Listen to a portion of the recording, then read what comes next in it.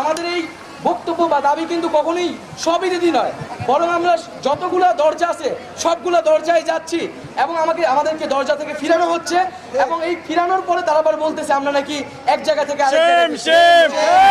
আজকে যদি তারা প্রথম থেকেই সরকারি যদি প্রথমে এখানে হস্তক্ষেপ করতো তাহলে কিন্তু আমাদের এত বক্তব্য বা এত জায়গায় যাওয়া লাগতো না। তারপরেও আমরা যাচ্ছি, আজকে আমরা মহামান্য রাষ্ট্রপতির কাছে এসেছি, রাষ্ট্রের অভিভাবক হিসেবে আমরা চাচ্ছি সরকারের কাছ থেকে যেহেতু আমরা আশ্বাস পাচ্ছি না, আমরা চাই তিনি হস্তক্ষেপ করে জাতীয় সংসদে আমাদের যে এক দফা দাবি সেই এক দফা দাবির প্রেক্ষিতে আইন পাশ করতে ভূমিকা রাখবেন এবং প্রয়োজনে জরুরি অধিবেশন আহ্বান করবেন। আমরা এক্ষেত্রে আমাদের স্মারকলিপিতে আমরা মহামান্য রাষ্ট্রপতির কাছে 24 ঘন্টার জন্য একটি সুপারিশ করেছি। আগামী 24 ঘন্টার মধ্যে আমরা চাই সংসদে অধিবেশন ডেকে সেটার আইন পাশের জন্য কার্যকর ব্যবস্থা নেওয়া হোক অথবা অধিবেশন আহ্বান করা হোক।